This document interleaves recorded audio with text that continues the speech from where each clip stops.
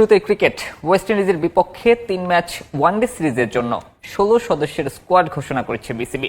বাদ পড়েছেন নাহিদ রানা ও নাইম শেখ। প্রথমবারের মতো স্কোয়াডে ডাক পেয়েছেন মিডল অর্ডার ব্যাটার মাহিদুল ইসলাম অঙ্কন। এছাড়াও ফিরেছেন সৌম্য সরকার। ইনজুরির জন্য এই সিরিজেও সুযোগ হয়নি লিটন দাস ও পারভেজ হোসেন ইমনের।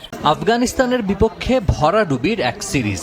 দেশে ফিরে বিমানবন্দরে সমর্থকদের দুয়োধ্বনি শুনতে হয় ক্রিকেটারদের।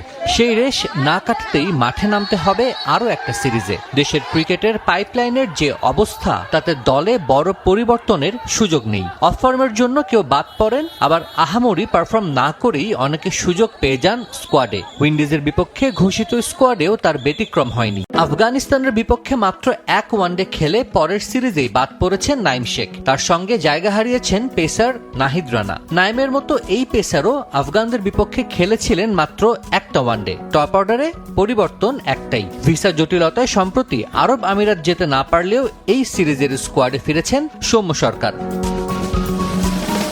স্কোয়াডের নতুন মুখ মাহিদুল ইসলাম অঙ্কন। লিস্ট এতে প্রায় 100 ম্যাচ খেলার অভিজ্ঞতা থাকা মিডল অর্ডার এই ব্যাটার প্রথমবারের মতো ডাক পেয়েছেন ওয়ানডে স্কোয়াডে। যদিও সদ্য সমাপ্ত এনসিএল টি20-তে আহামরি পারফর্ম করেননি। 5 ইনিংসে তার ব্যাট থেকে এসেছে 118 রান। মিডল অর্ডারের অভিজ্ঞতার অভাব স্পষ্ট হলেও উপেক্ষিতই থেকেছেন সবশেষ ডিপিএলে দারুণ পারফর্ম করা মোসাদ্দেক হোসেন সৈকত।